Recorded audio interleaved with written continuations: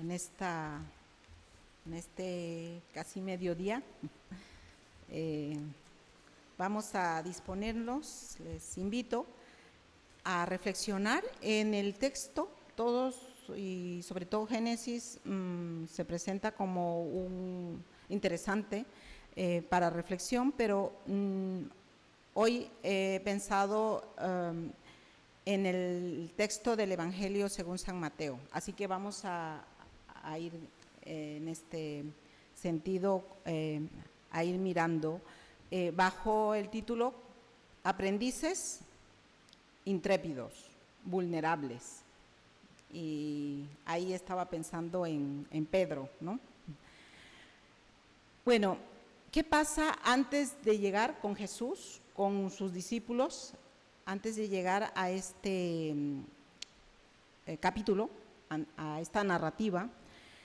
Y lo que ha pasado es que Jesús ha sido rechazado en su tierra, en Nazaret.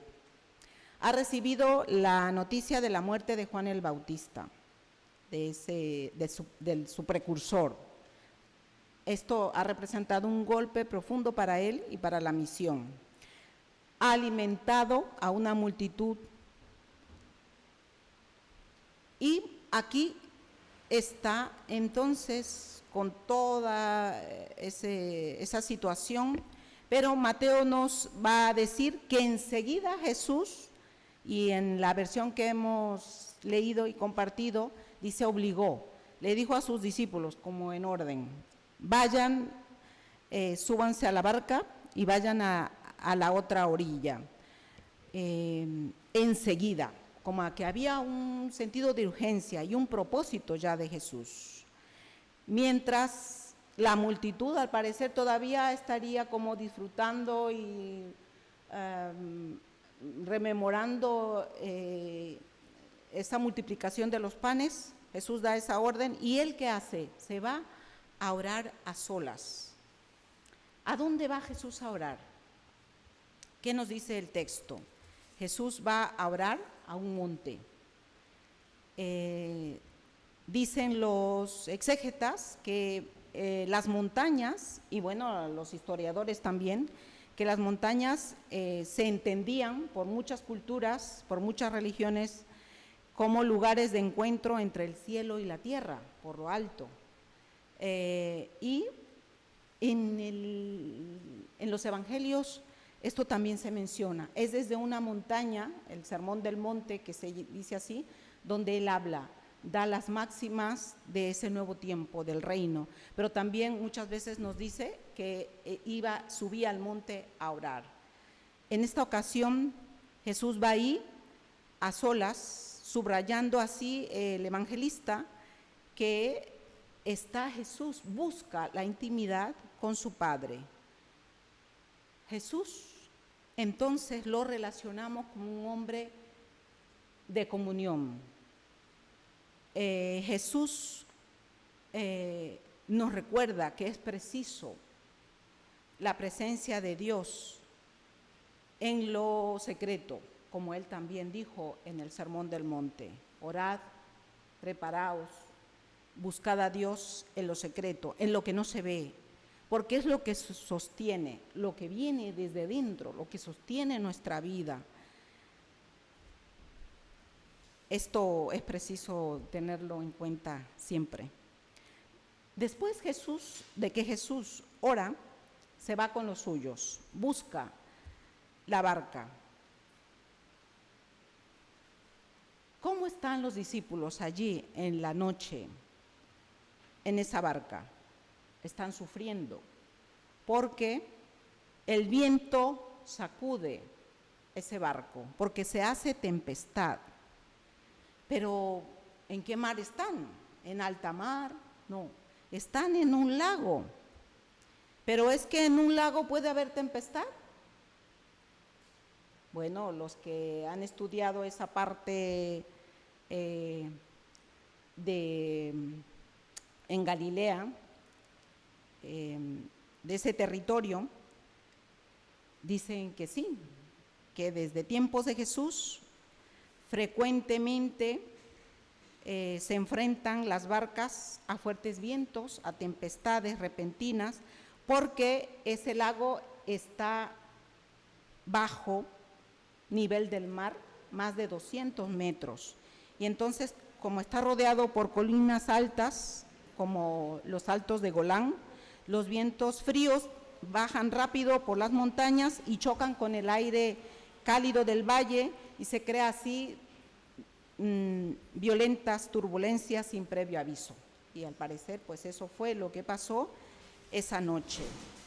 Pero también están sufriendo los discípulos porque para esa cultura, y también la judía, el mar simbolizaba y simboliza el caos, la amenaza, las fuerzas negativas que pueden superar al ser humano. Los judíos en sí siempre le tuvieron respeto o miedo, por no decir miedo, al mar, y por eso nunca fueron grandes navegantes. Hay un comentarista que dice, Russell Jones, dice que en el pensamiento hebreo el agua representa mucho más que una realidad física. Con sus profundidades insondables, aún los ríos pueden tornarse como diluvios, como algo que todo puede consumir, y siempre se plantea una amenaza en sí para la vida. Y Karl Barth, un teólogo ya nuestro, diríamos, protestante, señala que en ese primer relato de la creación de Génesis 1, el agua al principio, en su abundancia y poder, que había aguas arriba, aguas abajo, también se deja ver que era algo contrario, algo que rebasaba y que intimidaba también, y que representa, como en el libro de Job, se ve que hay fuerzas malignas dentro del agua y las aguas vastas como el mar.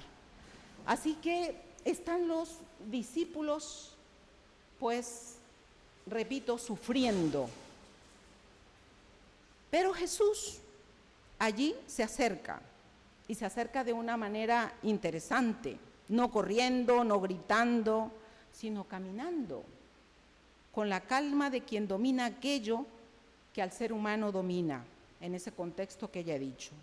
Y así el gesto de Jesús caminando sobre el mar, no solo es un milagro espectacular, es una declaración teológica.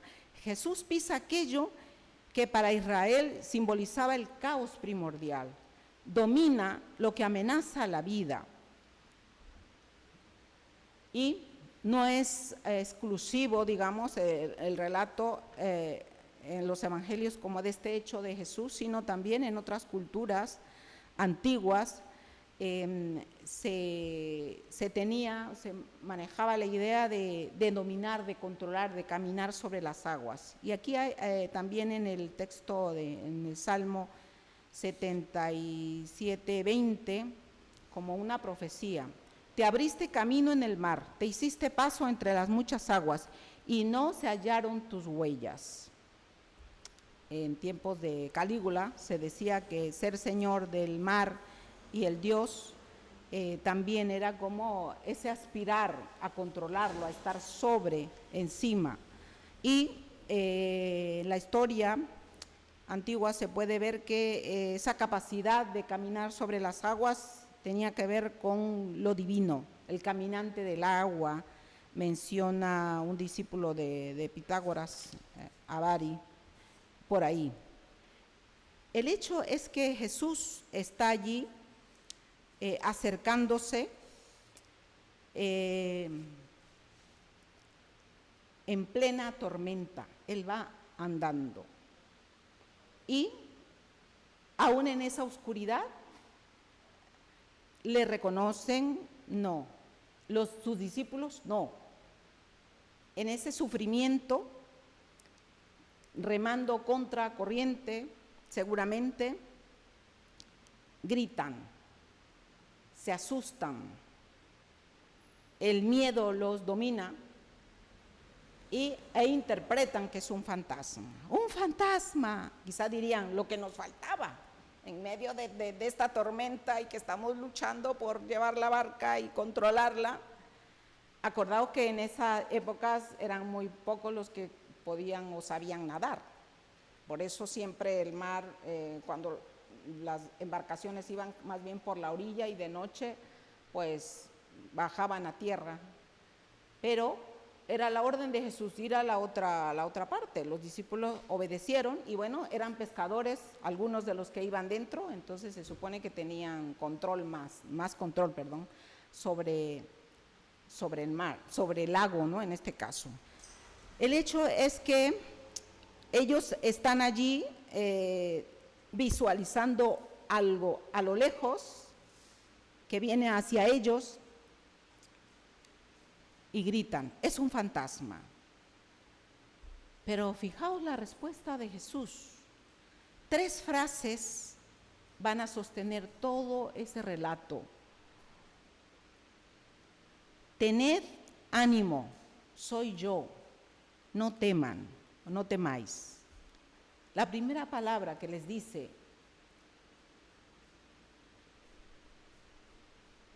tengan ánimo. Cuando a nosotros nos pueden decir, ten ánimo, es que estamos en alguna lucha, ¿no? En alguna situación complicada. Alégrate, no todo está perdido. O la palmadita, hay que seguir luchando, vas bien, esfuérzate. Les diría, tengan ánimo, seguid con vuestra tarea de mantener la barca estable. Pero además, la segunda frase que dice, soy yo, soy yo. La primera los anima, la segunda les hace entrar en plena confianza. No es un fantasma que dice, ahí la llevan, no, así que susto. No, sino luego les pasa a decir, soy yo, no teman. Esta expresión del soy yo la dijo Jesús más de una ocasión y nos puede recordar a ese eco de la revelación de nuestro Dios ante Moisés. ¿Quién eres? ¿De parte de quién? Voy a decir que voy para liberar a mi pueblo de mano de Faraón. Jesús está usando el nombre o el epíteto, ese verbo de ser o estar, para anunciar su presencia. Se está declarando abiertamente ante sus discípulos que es el Hijo de Dios. Soy yo el que está aquí, pisando victoriosamente las olas. Estas palabras, sin duda, que dieron paz, aunque seguía la tormenta, pero llegaría ese ánimo y llegaría oh, qué bien, todo va a estar bien a partir de ahora, con esa identificación de Jesús, con el Dios que libera, con el Dios que puede controlar el caos, con ese Dios creador. Y allí salta Pedro, ¿no? El intrépido de Pedro. Y al escuchar ese yo soy, algo se encendería dentro de él y pasó del miedo, del terror, a la admiración, a la curiosidad y al anhelo de estar donde está Jesús. Pero además es como un tipo de prueba, me voy a asegurar. Señor, si eres tú, manda que yo vaya a ti sobre las aguas.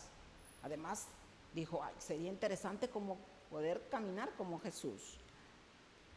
¿Qué contesta Jesús ante esa audacia de Pedro? Ven, le dice. Pedro era pescador, tenía más control que los demás. Salta y empieza a caminar hacia Jesús. Pero algo también pasa allí.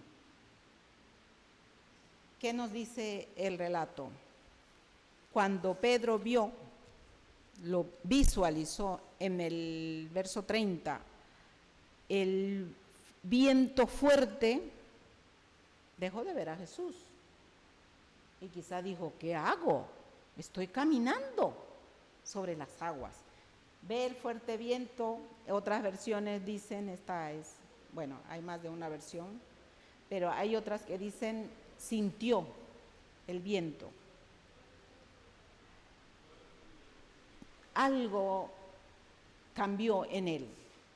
De estar andando, mirando al Señor, al ver el viento, desvía su mirada y comenzó a hundirse. Ya no pudo controlar. ¿Qué hace Pedro ante ello? Grita, nuevamente aparece el susto, pero gritó. Ahora se acuerda que hay alguien allí justo enfrente de él que puede ayudarle. Y le dice, Señor, sálvame. Acordaos que no es que el viento de repente otra vez empezara a aparecer con fuerza. No, el viento fuerte siempre estuvo allí. Lo que cambió fue el enfoque de Pedro. Su mirada se desplazó de Jesús a la tormenta. Y podíamos pensar nosotros, los que creemos en Dios, cuando damos más importancia a las circunstancias y dejamos de ver y de esperar en Dios, el corazón cambia, los pies se hunden. Y ahí se muestra al Pedro profundamente humano, porque Pedro no se hundió, porque falló, se hundió porque mostró su humanidad vulnerable. Pedro no se hunde porque el miedo, se hunde o se hundió porque el miedo es real. Se hundió porque la tormenta era fuerte y porque además los hijos de Dios tenemos fe, la fe que Dios nos ha dado, pero esa fe en muchas ocasiones no se da en línea recta, no siempre va en ascendencia, sino tiene sus avances y retrocesos. Vamos en el camino de la vida, aprendiendo, cayendo y levantándonos, pero siempre como Pedro, ¿cómo? Pidiendo ayuda a Dios. ¿Qué hace Jesús? Ahí viene lo más hermoso del relato. Pedro comienza a hundirse, pero vuelve su mirada, como hemos dicho, hacia Jesús y le grita. Es una oración breve. Señor, sálvame. Es una oración urgente y desnuda, directa. Pero en esas dos palabras encierra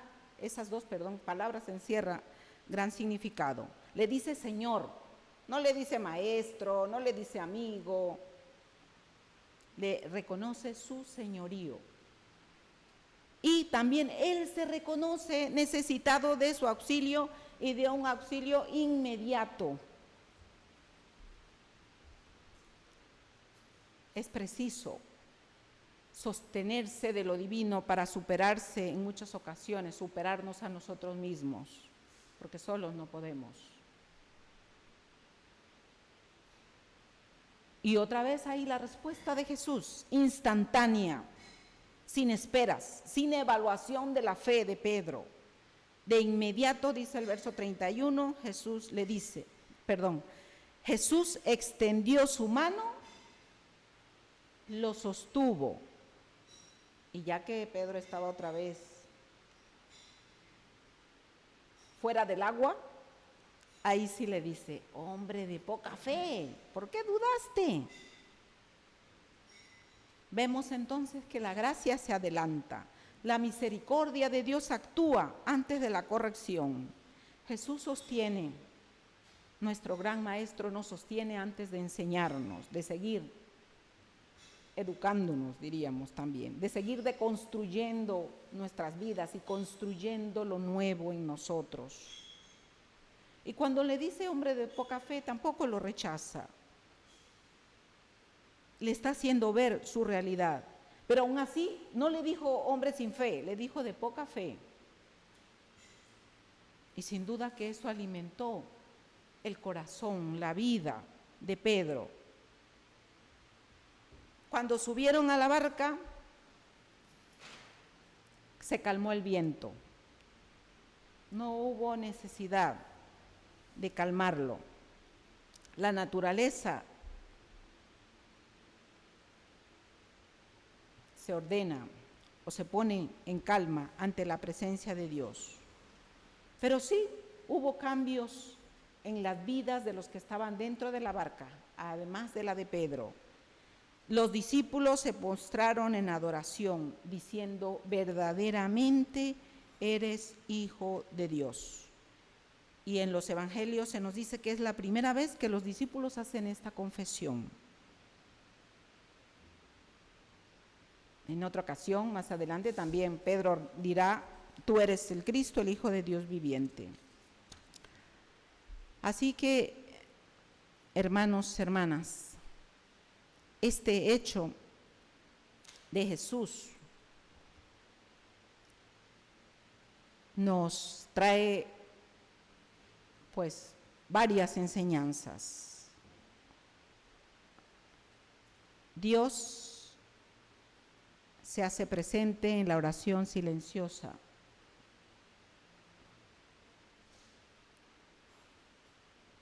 Con Jesús se hace presente también en nuestras oraciones. Dios está y manifiesta su poder en medio del caos. Jesús pisa las aguas movidas, hecha tormenta por el viento. No bordea la tormenta, camina sobre ella. Así también hoy se nos recuerda que Dios se hace presente en medio de nuestras tormentas. Y también Dios nos da la mano cuando nuestras fuerzas se agotan. Y también hoy, Señor, el Señor nos dice: soy yo, ten ánimo, soy yo, no temas. Porque muchas veces en nuestra vida la percepción se nubla, el corazón tiembla. Y también tener claro que Dios se puede revelar y se revela en la plena tormenta, no después de ella, como en esta ocasión. Dios está en la fe frágil. Dios no nos exige una fe perfecta. Dios se hace presente por su fidelidad, por su amor hacia nosotros, aunque nuestra fe sea débil. La gracia de Dios está por encima de todo. Hoy hay muchas circunstancias o la realidad del mundo amenaza nuestra estabilidad. Como mundo, si reflexionamos, todos los conflictos que existen amenazan nuestra salud, amenaza el transhumanismo, por ejemplo. Pero ante esa declaración de Jesús, en este relato podemos también apropiarnos para hoy. Yo soy. Tengan ánimo, no teman. Y como dice Romanos 15:13, y el Dios de esperanza os llene de todo gozo, paz en el creer, para que así abundéis en esperanza, por el poder, por la presencia de su Espíritu. Y hermanos, pues que Dios nos siga ayudando en el caminar de la vida.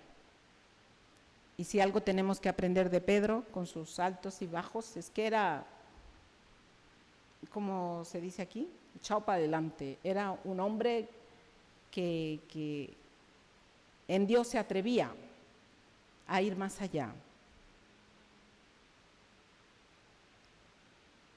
Todo lo que pidierais en oración, creyendo lo recibiréis. Eso también hay que tenerlo en cuenta. Y pues que Dios nos siga ayudando, alimentando nuestra fe, porque Él está en la calma o en la tormenta. Siempre está Dios con nosotros y siempre está de nuestra parte. Así que rememoro el texto de Romanos de hace algunos domingos. Si Dios es con nosotros, ¿quién contra nosotros? Que Dios nos bendiga. Amén.